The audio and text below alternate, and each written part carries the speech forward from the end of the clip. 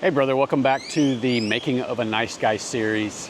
In this video, I want to talk to you about depression and how it can affect us and possibly form the nice guy in us from our childhood experiences. I want to tell you a story from my own childhood where my mother experienced severe depression and it eventually led to her isolating and locking herself in a back bedroom with me playing in the floor while she watched soap operas in the dark. Her mother was calling, trying to get a hold of her.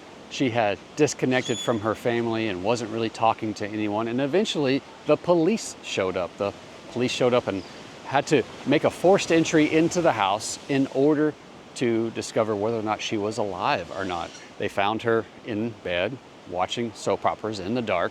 And I was sitting on the floor, playing on the floor with my toys, and everything was fine.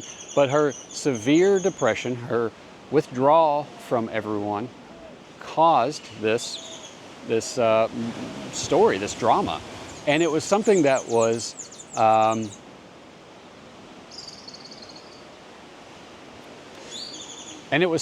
notable in my childhood, something that I don't often ruminate on or think about a lot, but it is a milestone. There's these moments in our life that are cumulative, that are formative, where we create rules and stories for ourselves about how things are supposed to go or what we need to do in order to avoid pain, who we need to be. And this was one of those stories. So when I look back, there's stories like the bus stop bully, there's stories of sexual abuse, there's stories of 2 a.m. drunken mornings, there's stories of being lost at the supermarket, and all of these cumulatively add up to the rules that we hold for ourselves about who we need to be and who we need to please and how we need to turn ourselves out inside out in order to make sure other people are happy.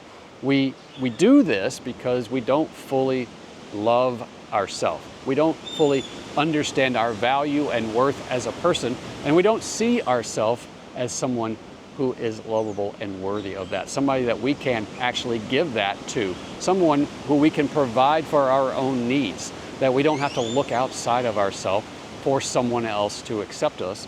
What's important is that we accept ourselves, that we appreciate ourselves, that we respect ourselves, that we value ourselves, that we love ourselves. When we can come from that place, then we don't need it from someone else. It's nice when it happens externally, when somebody shows appreciation, affection, and love for us. That's confirmation of what we already know about ourselves. It's not validation. When we need it from someone, we feel like we don't have it and we want them to give it to us, but that means that we need to manipulate and control. It means that we can feel powerless. It means that we can feel victimized, that we can feel trapped. And anytime that we feel like things are outside of our control, like somebody else is in control of our life, we're going to experience sadness. We're going to experience depression. It's going to feel defeatist. It's going to feel hopeless. And that's going to leave us in a place where we're not creative.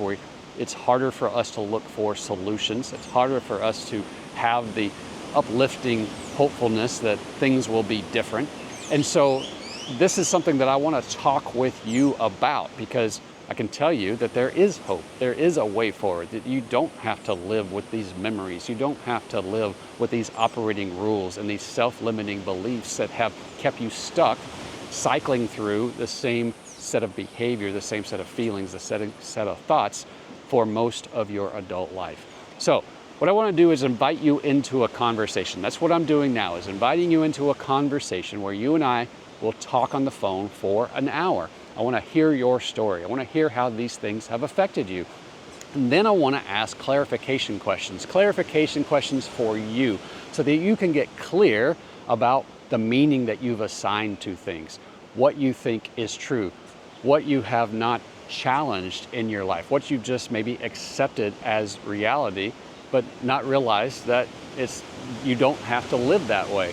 I want to be able to ask those questions so that you can get clarification for yourself. I want to share my story, my insights with you. I want to share insights from other men with you, and I also want to point to resources so so that you can surface your answers for yourself. Because this isn't about me telling you how to live.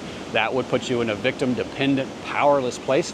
You are actually the owner of your life, and you are the creator of the experience that you want to have. When you get clear about who you are, what you want, where you're going, what you want to experience, who you want to experience it with, the whole world opens up and you become the owner and creator of your life. So I want to invite you into that conversation today.